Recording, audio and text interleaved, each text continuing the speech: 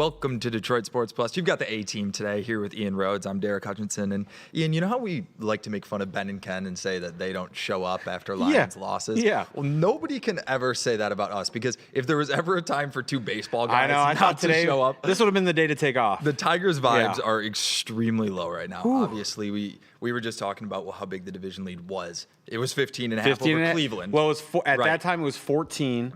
But 15.5 over Cleveland. Right. It was 14 over Kansas City. And the Twins. And the Twins. So we're talking about like right before the All-Star break, before their first sort of mini collapse where they lost 12 out of 13. Now it's 1. And that's only because Cleveland lost yesterday. Dropped that game yesterday. Yeah. So the Tigers have lost 9 of 10. Meanwhile, Cleveland has won 15 of 17. What has been the most frustrating part for you during this stretch?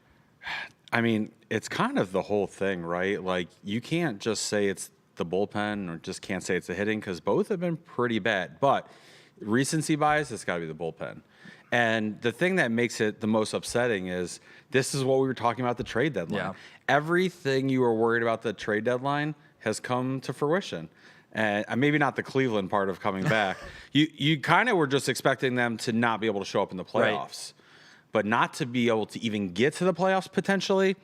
I don't think very many people saw this coming. Honestly, a disaster of epic proportions. Yeah. And I don't think that that's hyperbole. No, either. not at all. This not is would be one of the biggest collapses by any definition in MLB history. And to me, the most frustrating part is it feels to me like Scott Harris is being adequately held accountable. I don't think all of the players are being adequately held accountable. Thank you for saying that. I completely agree. Because it's specifically like, I don't want to pile on guys. Baseball is a game of slumps. But to watch like Riley Green, he's the guy who helped to lead you here. He was a no doubt starter for the All-Star team.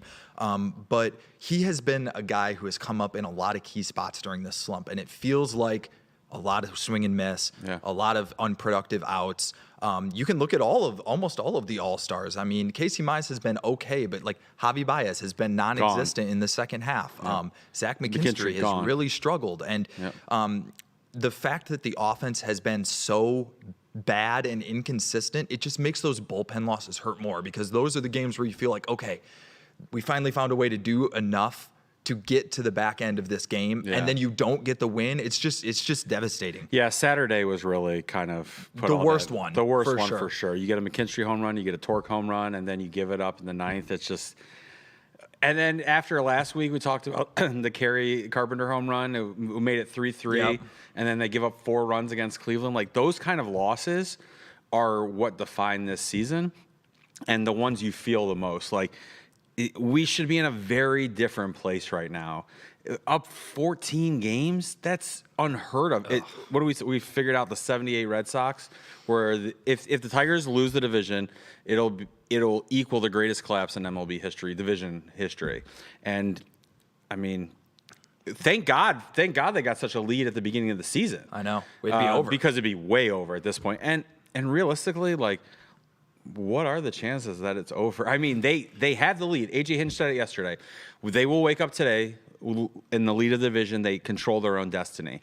I'm not sure that's a great place for them to be right now. I would like somebody else controlling their destiny over them controlling their destiny, because if we have to rely on them, we're probably not talking about the playoffs next week. Yeah, in a vacuum, it's nice to be in first place with a week remaining. But when you have all of these factors, like the way that the Tigers are playing and the way that Cleveland is playing, I mean, and the Red Sox as well. I mean, for sure. You don't I get, if you sweep, then you're in, right? Yeah.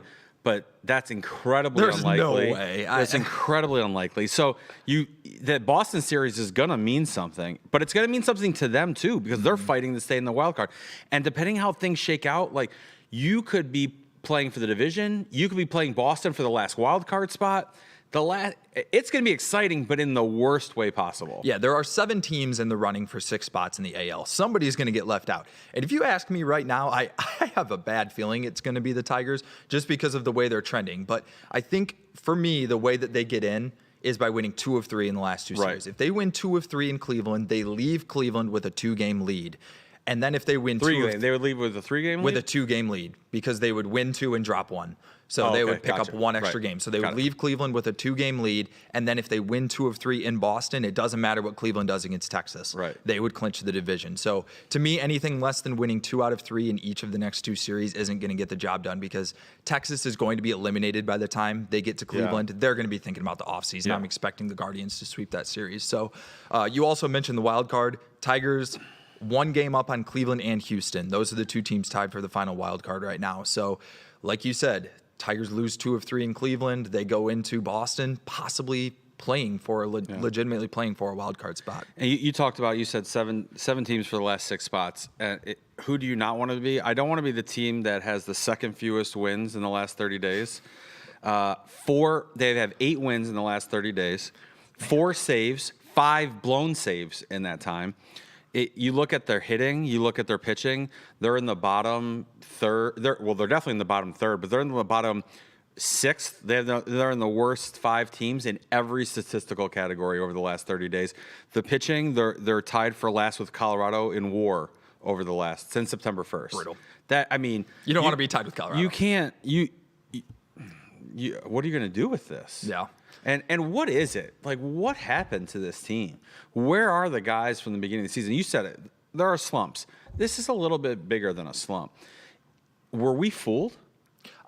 I think they played a little out over their heads. I think the injury to Reese Olson hurt this team more than we even anticipated at the time, because the starting pitching depth has just been gone. I mean, having the DFA Charlie Morton is a huge, you gave up. The replacements for Job and Reese Olson weren't bad. They were like catastrophic. Right. So that really hurt the Tigers. You were saying right before the show, this team feels like the antithesis of last year's team, where the vibes were so good. Yeah, the vibes were so high that it felt like everything was going to go right. And it's very clear to me watching these guys now that the weight of what's happening to them is on their shoulders in every big moment, and that's crushing them. We've seen this. We've seen stories like this play out in every sport for years and years and years.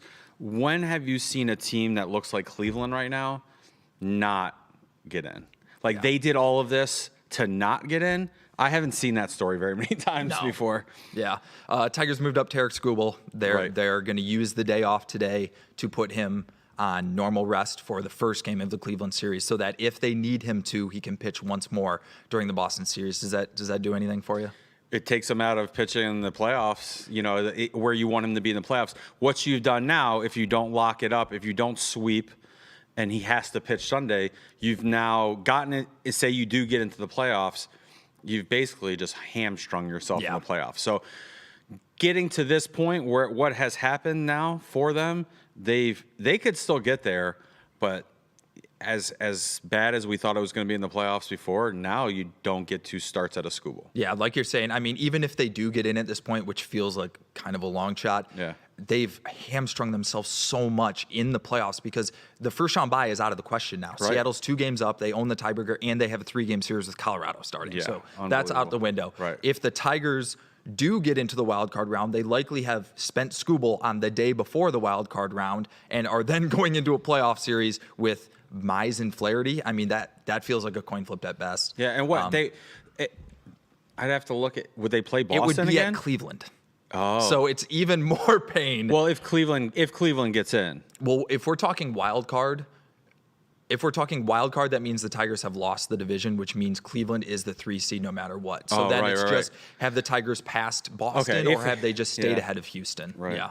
Okay. So, yeah. Well, Wow. Ian and I need a few minutes to compose ourselves. We'll take a quick break and then jump into Monday Night Football.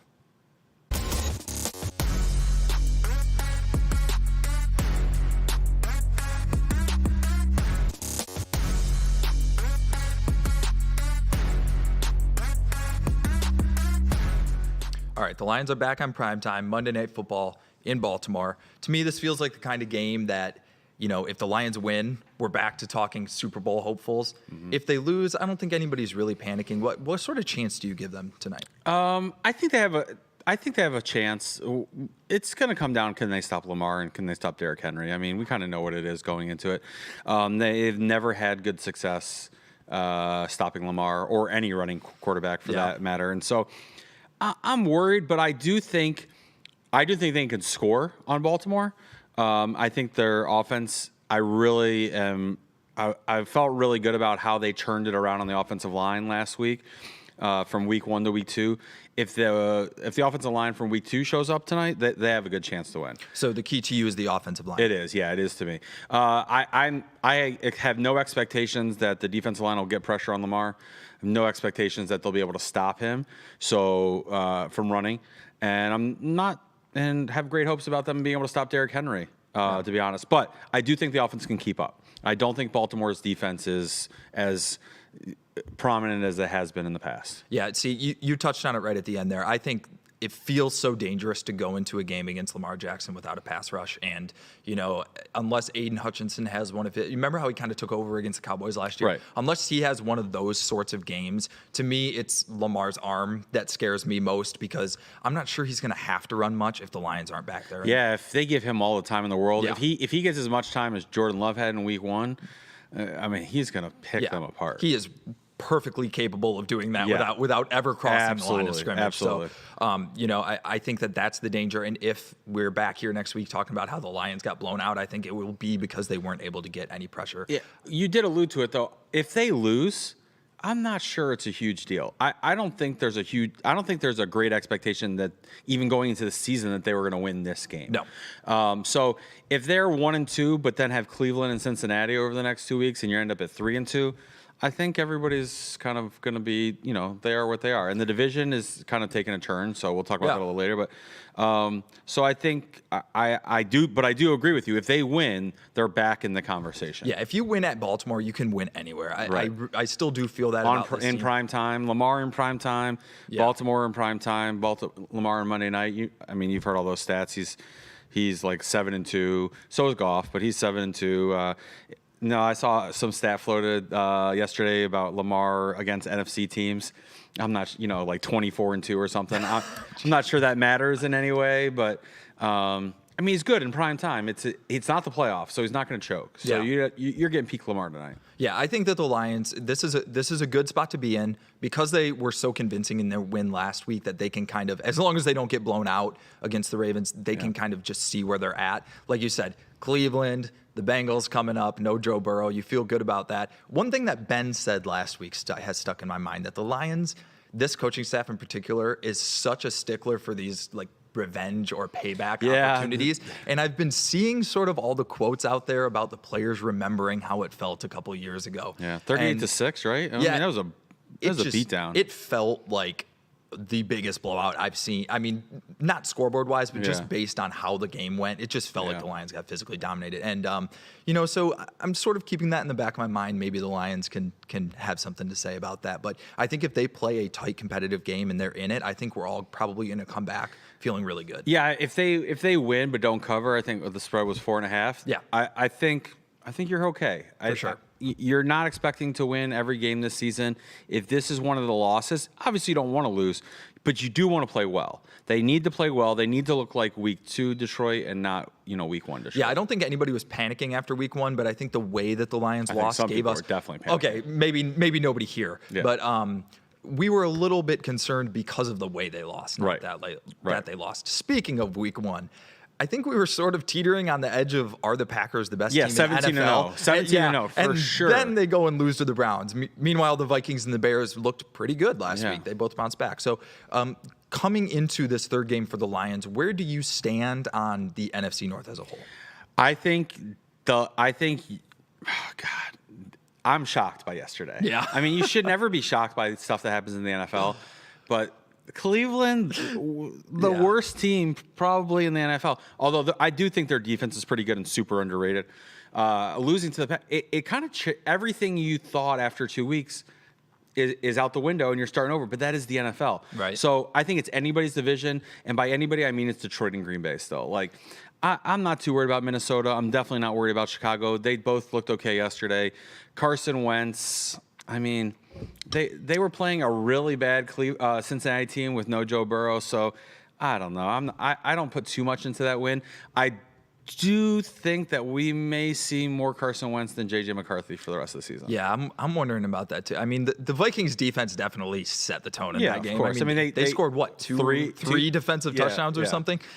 So that certainly helps. And like you said, the Bengals look terrible without Joe Burrow. I mean, the Lions might catch a little bit of a break there because that was looking like a tough road game. But my takeaway is that the Packers, until I can't get the image of the Packers versus the Lions out of my mind just because they lost to Cleveland, but I do sort of think that was a coming back to earth moment, and maybe the Lions are still in it. If you can get them at home, that's a Thanksgiving Day game, right? If you can get them and even up that head-to-head, the Lions are right back in it. So, yeah.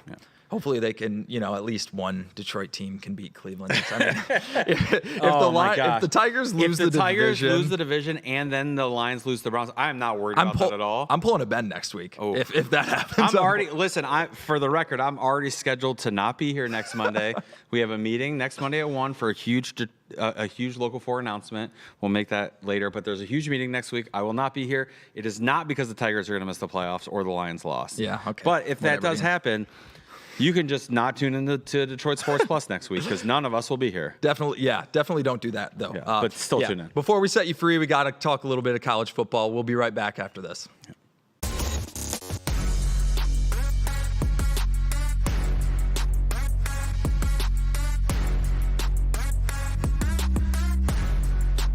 All right, we're bringing in the big guns now for a little bit of college football talk. Darrius Smith here with me to talk Michigan State. Both teams opened up Big Ten play on the road this weekend. We're going to start with Michigan. Obviously, the jury is still out on Nebraska, but to me, this was a pretty good step forward for Michigan. What did you take away from that game? This was I don't want to say a stepping stone, but this was a good test, once again, on the road against a good Nebraska team. You can say what you want about the record. I know they were 3-0 and everything, but this was a good bounce back because of what happened against Oklahoma on the road. Bryce Underwood, in my honest opinion, he's as composed as you can ever see. Like, it's like when you watch Michigan and you watch him, you're not thinking like he's a freshman quarterback. It's incredible, and the throws that he can make, the throws that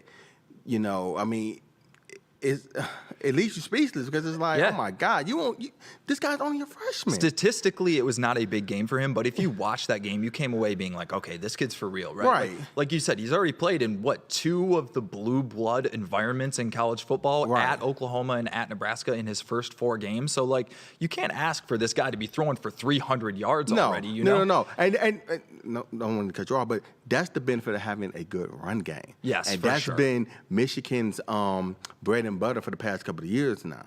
And you watch that Nebraska game, Justice Hayes, Jordan Marshall.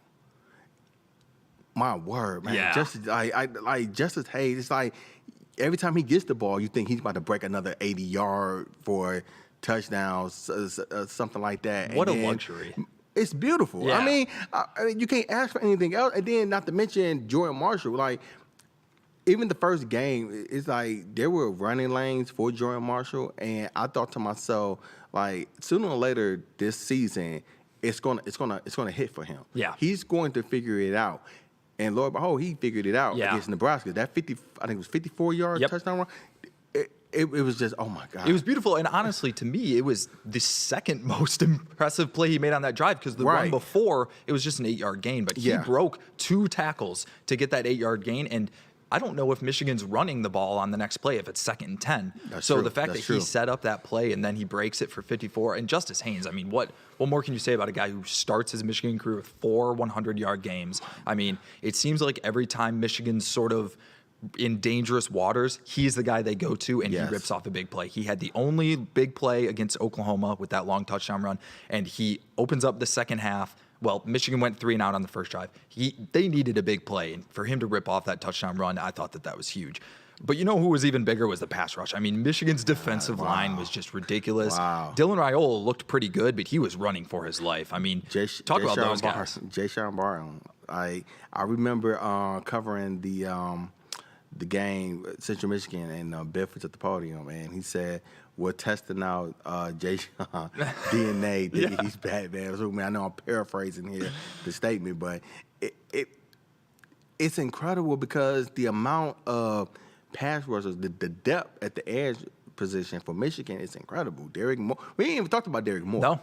TJ I mean, Guy. TJ Cameron Guy, Grant. yes. Yeah. I mean, all these guys showed up Saturday against Nebraska, and they all contribute to a sack. Yep. And it's like, oh my God, it's like this is. Can we say Michigan is edge rushers now? I think we can, yeah. And the other luxury that they have is that on the interior, you've got a really established veteran in Rayshon Benny. You've got Trey Williams. You've got Trey Pierce is looking good. I mean, this defensive line is built to go on a run. And Rayshon Benny has looked tremendous. The game against Central Michigan has carried over to Nebraska for Rayshon Benny because it was incredible to see how many times he was in there with the QB pressures, doing the QB hits. I know he also had a sack as well. It was just a matter of time for him to get going to start the season, but I wasn't worried about Rayshon Benny. Yeah. It was more so from a defensive standpoint, the front seven wasn't no worry. It was what they was going to look like in the back in the secondary and everything. Yeah. And, I know Rob Moore came back in this game against Nebraska. Good to see. Great to see that. Yeah. You want to see, as we continue on with Michigan, can the corners get tighten up a little bit? Can they get better? Can they, just figure out a way to just just do their job, be more consistent. Getting Zeke Berry back would be big. I do like what I've seen from Jaden Sanders. I mean, he's a true freshman. True freshman. He's playing against Oklahoma. He's playing against Nebraska. Like, this is really valuable playing time for him as a true freshman. Great experience as well. I think once Zeke Berry is back, Michigan's secondary looks a lot better. My takeaway from this game was that we might need to start looking at Michigan as a potential playoff contender. You've got a couple big games left at USC, at MSU, at Maryland, and Ohio State. And I'm keeping an eye on Washington. If Michigan can find a way to get through those games 4-1, I think they're in. And, I think what we saw this weekend suggests that they could do it. Absolutely. Yep. I think you mentioned Washington, USC, obviously Michigan State, and then you got Maryland, the Ohio State game, the big game at the big house. Yep. So, I mean, Michigan at this point controls their own destiny. Amen. Yep. And, we're going to see what's going to happen, but pretty good thus far. Yeah, Michigan State, not as good of a weekend. They went in undefeated, obviously. Tough task to go to USC. I think USC is pretty good this year. On the road, too. So, yeah, on the road, 11 p.m. kick here. That was tough. But what do you think about Michigan State's chances? We've talked a lot about, are they a bowl team this year or not? Coming into the bye week 3-1, where are you at with them? Well, right now, Aiden Childs is playing some good football. He's a good player. Yeah. Good player. Everything that we thought he would be able to clean up versus last season, it looks like he figured out a way to get that worked out and stuff. But having two really good wide receivers, Nick Marsh and Amari Kelly, the running back ain't bad either. Again, going on the road on the West Coast, USC, but they were in that game. Yes. And that's one thing I could take away from Michigan State by looking at that game. You were in that game against USC. Yep. So there are some things you can take away and draw from that, and it could carry over into your season because you did some good things. It's like, okay, how can we put together a good 4-quarter football game against teams like a USC, even with games like Michigan coming up, and then you got Nebraska, coming off the bye week. Yep. And so, I think you nailed it. There's a three-headed monster there on offense. It's Aiden Childs, it's Nick Marsh, it's Amari Kelly, and that's something to work with. That's an identity. But the defense has to be better. I mean, right now, Michigan State is 110th in the country, allowing over 6 yards per play. And granted, they have played USC, the number 1 offense in the country, but they've also played Western, who's ranked dead last at 136. So got to get that defense sorted out. I think what it comes down to for Michigan State, they've got 3 wins. I think they're going to beat UCLA at home. Can they go 2-2 against Michigan, Minnesota, Iowa, and Maryland? If they can do that, they're into a bowl game. If not, I think it's going to be tough. So I think my worry with Michigan State and defense is depth. Yeah. I just think, it's year 2 under Coach Smith. I think the one thing here is it's like, if you coming into the season, I thought maybe 6-7 games for Michigan State, but watching and checking out the USC game, it's like their depth on defense really came into play there as well. So if they can figure it out on a defensive from a defensive standpoint and get it on the same accord with the offense, Sky's the limit for Michigan State. Yep. Well, both teams on bye this week, so we can focus on a baseball playoff chase and the Lions. So, yep. And that'll do it today for us for DSP. So for Darrius and Ian, I'm Derick. Thanks for hanging out.